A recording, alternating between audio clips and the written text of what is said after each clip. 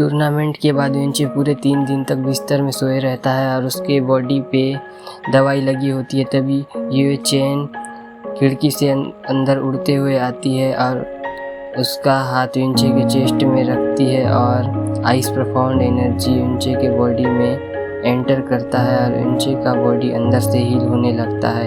यह प्रक्रिया आधे घंटे तक चलता है और फिर कदमों के आने की आवाज़ आती है तो ये चेन वहाँ से गायब हो जाती है। इस समय युनचे अपनी आंखें खोलता है और उठकर अपनी बॉडी को चेक करता है और पाता है कि उसकी बॉडी के अंदर की इंजरीज ठीक हो गई है और सोचता है जैसे कि मैंने सोचा था, second realm great way of Buddha का हीलिंग एबिलिटी कोई मजाक नहीं है। तभी दरवाज़ा खोलकर केंगवे सूप लेकर क्वीन वुशेंग के साथ अंदर आती है।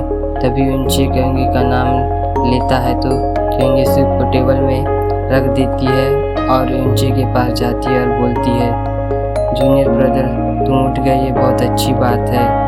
दादी माँ जेमू ने कहा था तुम थोड़े दिन बाद उठोगे। तो युनचे बोलता है, सीनियर सिस्टर आप मेरी चिंता मत करो, अब मैं बिल्कुल ठीक हूँ। और युनचे केंगवे के हाथ को पकड़कर बोलता है, सॉरी सीनियर सिस्टर, आपको मेरी वजह से चिंता करना पड़ा होगा। क्वीन वुशेंग साइड से मुस्कुराते हुए बोलता है कि ये अच्छी बात है कि तुम ठीक हो गए हो, अब इससे प्रिंसेस और मैं आराम से रह सकते हैं। युनचे तुम जानती हो अब तुम पूरे दुनिया में फेमस हो गए हो और लोग तुम्हें यंगर जनरेशन में नंबर 1 के नाम से जानते हैं और तुम इसके लायक भी हो।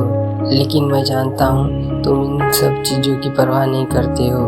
तो युनचे मुस्कुराते हुए बोलता है, टाइटल जैसी चीज़ सुनने में अच्छी लगती है लेकिन कई बार ये बोझ बन सकती है। और फिर पूछता है, सीनियर क्वीन मुझे यहाँ सोते हुए कितना वक्त हो गया है। तो साइड से केंगवे बोलती है, अभी 3 दिन हो गए हैं। जूनियर ब्रदर तुम अभी कैसा महसूस कर रहे हो, क्या तुम कहीं पे अनकंफर्टेबल फील कर रहे हो। तो युनचे बोलता है, आप मेरी चिंता मत करो, अब मैं बिल्कुल ठीक हूँ और मैं महसूस कर सकता हूँ कि मेरी बॉडी अच्छे से रिकवर हो गई है।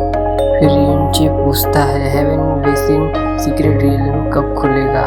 तो क्वीन वुशेंग बोलता है, हेवन वेसिन सीक्रेट रियल्म कल खुलेगा, लेकिन अभी तुम्हारे हालात को देख के लगता है कि तुम इस बार पार्टिसिपेट नहीं कर पाओगे। लेकिन तुम्हें चिंता करने की कोई ज़रूरत नहीं है, तुम अभी सिर्फ 17 साल के हो और अगर तुम इस साल नहीं भी जाओगे तो तुम्हारे पास अगला चांस होगा 3 साल बाद। युनचे अगले दिन बोलते हुए अपनी आंखें बंद करता है और स्काई पॉइजन फील्ड में एंटर करता है और देखता है वहाँ बहुत सारी हेवन रिटर्निंग प्लेट्स होती हैं जिनको युनचे ने रिफाइन किया था और ये मेडिसिन युनचे की बॉडी को हील करेंगे। और बात करें युनचे की बहुत ज़्यादा पावरफुल बॉडी रिकवरी एबिलिटी की, तो कल तक युनचे की बॉडी 90% से ज़्यादा रिकवर हो जाएगी। लेकिन युनचे की प्रोफाउंड एनर्जी को रिकवर करना इम्पॉसिबल है और युनचे ने अपनी फोनिक्स ब्लड को भी जलाया था। केंगवे के साथ फाइट में युनचे अपनी कंडीशन को बहुत अच्छे से समझता है। क्वीन वुशेंग नहीं जानता युनचे का प्रोफाउंड आर्ट क्या है। केंगवे थोड़ी देर युनचे के साथ रहती है और फिर उसको आराम करने देती है। केंगवे के जाने के बाद जैस्मिन सोते हुए बोलती है, तुम बहुत ज़्यादा लापरवाह हो, क्या तुम क्रिपल होने से नहीं डरते हो। तो युनचे बोलता है, मैंने ऐसी चीज़ें बहुत बार अनुभव किया है और मैंने ये सब सोच लिया था और भले ही मैं कितना भी लापरवाह क्यों ना हूँ लेकिन मैं अपने आप को क्रिपल नहीं करूँगा। फिर युनचे स्काई पॉइजन पील से हेवन रिटर्निंग प्लेट को निकालता है और उसको खा के रिफाइन करता है और फिर बोलता है, लेकिन सिर्फ 3 दिनों में मेरी अंदर की पूरी इंजरी ठीक हो गई, जैसा कि मैंने सोचा था। Second grade way of Buddha सच में बहुत ज़्यादा अच्छा है। तो जैस्मिन बोलती है, तुमको सच में लगता है second grade way of Buddha इतने अच्छे से तुम्हारी इंजरीज को ठीक कर सकता है। तो युनचे बोलता है, क्या कोई और कारण है। तो जैस्मिन बोलती है, इन 3 दिनों में कोई है जो तुम्हारे पास दिन में 2 बार आया और बहुत ज़्यादा प्रोफाउंड एनर्जी यूज़ करके तुम्हें हील किया, नहीं तो तुम और कम से कम 2 दिन तक सो रहे होते। और ये मुमकिन और नहीं तो ये इम्पॉसिबल है कि तुम्हारी इंजरीज इतनी जल्दी ठीक होती। जैस्मिन बोलती है, ये औरत तुम्हें पहले कुछ खास अच्छे से ट्रीट नहीं करती थी और तुम्हें एक बार कमरे से भी बाहर फेंक दिया, लेकिन जब तुम्हें चोट लग गई तो वो चुपके से तुम्हारे कमरे में आकर बिना किसी की परवाह किए बहुत ज़्यादा प्रोफाउंड एनर्जी से तुमको हील किया। एक औरत के सोचने का तरीका बहुत अजीब है। यूनचे अजीब महसूस करता है आखिरी लाइन को सुनकर, क्योंकि ये लाइन एक 14 साल की लड़की बोल रही थी।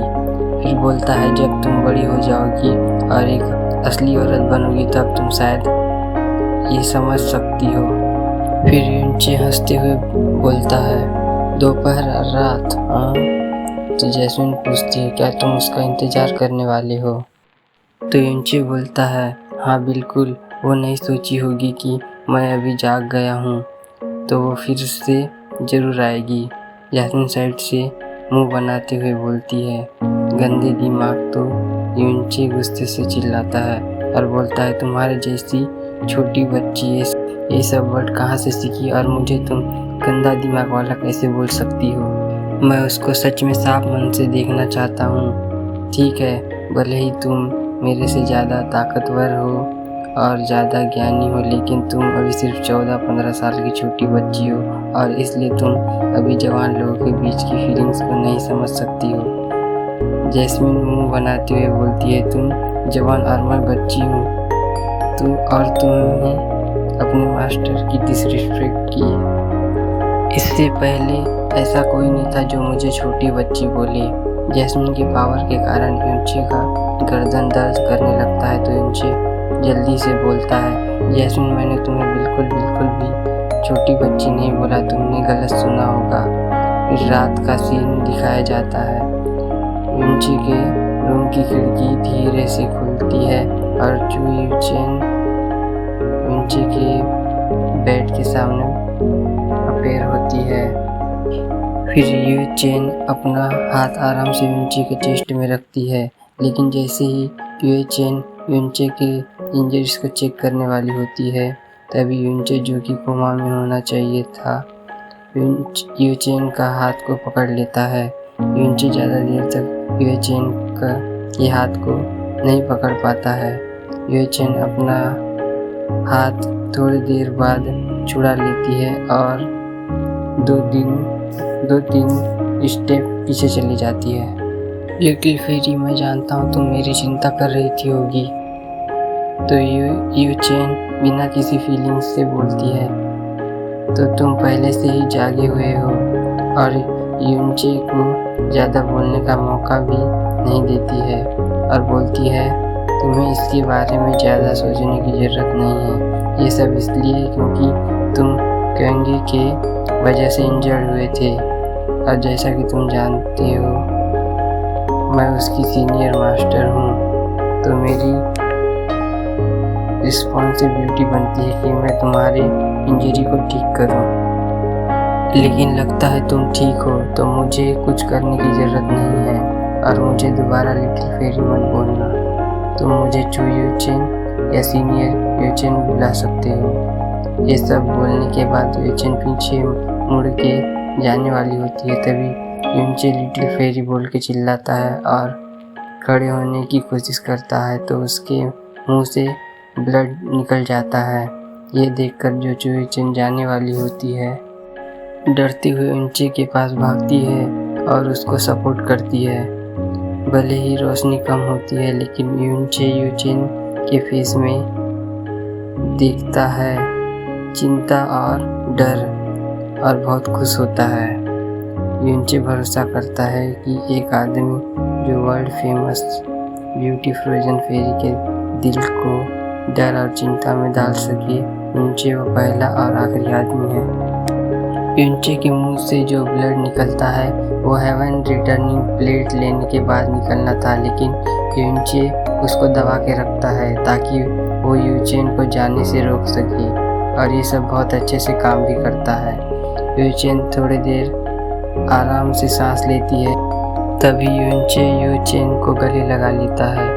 यूचेन सोचती है यूनचे इंजर्ड है इसलिए वो यूनचे से दूर नहीं होती है, लेकिन यूएनचे यूचेन को टाइट से गले लगाने लगता है।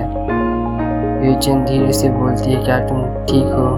लेकिन उसका दिल तेजी से धड़कने लगता है। तो यूएनचे बोलता है, लिटिल फेरी, मैं ठीक हूँ, लेकिन तुम मुझे छोड़ के मत जाओ।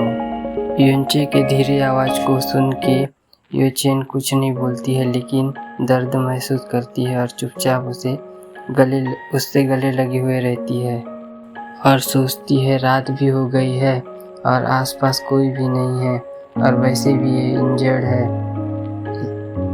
इसे मैं आखिरी बार गले लगाने दूंगी। ये सब यूचेन अपने मन में सोच रही होती है। फिर यूचेन अपनी प्रोफाउंड एनर्जी को यूएनचे के बॉडी में भेजती है और उसको पता चल जाता है कि यूएनचे एक्टिंग कर रहा है। तो यूचेन उसको धक्का देती है, जिससे यूएनचे दीवार में जाके टकराता है। तो यूएनचे दर्द से चिल्लाता है। तो यूचेन अंदर से खुश और बाहर से गुस्से वाला फेस बना के बोलती है, तुमने मुझे ऐसे बेवकूफ़ बनाया। तो यूएनचे अपने बैग को रगड़ते हुए बोलता है, मैं सोचा मेरी लिटिल फेरी मुझे ऐसे ही छोड़ के चली जाएगी, और लिटिल फेरी मैं जानता हूँ पिछले कुछ दिनों से तुम हमेशा यूएनचे के पूरे बोलने से पहले यूचेन उसको रोकती है और बोलती है, तुम्हें और कुछ नहीं बोलना है। जो भी तुम्हारे और मेरे बीच हुआ वो सब मेरी एक गलती थी और मैं उसके बारे में भूल चुकी हूँ, और मैं आशा करती हूँ कि तुम भी वैसा ही करोगे। और अगर तुम ऐसा नहीं कर सकती हो तो ऐसा सोचो कि वो सब एक सपना था, और प्लीज़ इसको सच करने की कोशिश मत करना। यूएनचे, तुम्हारा और मेरे बीच में जो भी हुआ है ये बाहर के वाले को पता नहीं चलना चाहिए। तुम कहेंगे कि हस्बैंड हो, अगर तुम नहीं चाहते हो कि उसको और फ्रोजन क्लाउड एसगार्ड को एक हंसने का कारण बनाओ तो मेरे बारे में भूल जाओ। फिर आंख बंद करते हुए बोलती है, एक बार हम हेवनली स्वर्ड विला से चले जाएंगे तो फिर हम दोबारा नहीं मिलेंगे। ये सब बोलने के बाद यूचेन वहाँ से गायब हो जाती है। फिर यूचेन अपने हाथ को स्मेल कर रहा होता तो जैस्मिन घूरते हुए बोलती है, लगता है तुम अपने काम में नाकाम हो गए हो। तो यूचेन खुद से बोलता है, तुम नहीं समझोगी। फिर सोचता है क्योंकि उसकी वाइफ है। यूचेन क्योंकि की सीनियर है और उसकी टीचर भी है। अगर यूचेन के पास सच में यूचेन के लिए फीलिंग्स है तो फिर भी फ्रोजन क्लाउड एसगार्ड की फ्रोजन ब्यूटी अनजाने में उसने फ्रोजन क्लाउड एसगार्ड के हजारों साल पुराने नियम को तोड़ दिया है। चाहे वो जैसा भी महसूस करे, मना करना ही उसका एकमात्र ऑप्शन था। तो दोस्तों आगे का पार्ट अगले वीडियो में कवर करेंगे। तो मिलते हैं नेक्स्ट वीडियो में।